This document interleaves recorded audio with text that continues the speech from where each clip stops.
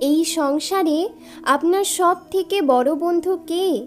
কেউ বলবেন ছোটবেলার বন্ধুরা, কেউ বলবেন মাতা পিতা, কেউ বলবেন ঈশ্বর। এবার বলুন যে এই সংসারে আপনার সব থেকে বড় শত্রু কে? কেউ বলবে আপনার বিরোধী, সেই ব্যক্তি যে আপনাকে হিংসে করে বা আপনার নিজের অহংকার। শ্রীকৃষ্ণ বলেছেন যে এই সংসারে আপনার সব থেকে বড় বন্ধু হলো আপনার নিজের মন। এই চঞ্চল মনকে যদি আপনি নিয়ন্ত্রণ করতে শিখতে পারেন, তাহলে এর থেকে বড় বন্ধু এই সংসারে আপনি আর কোথাও পাবেন না।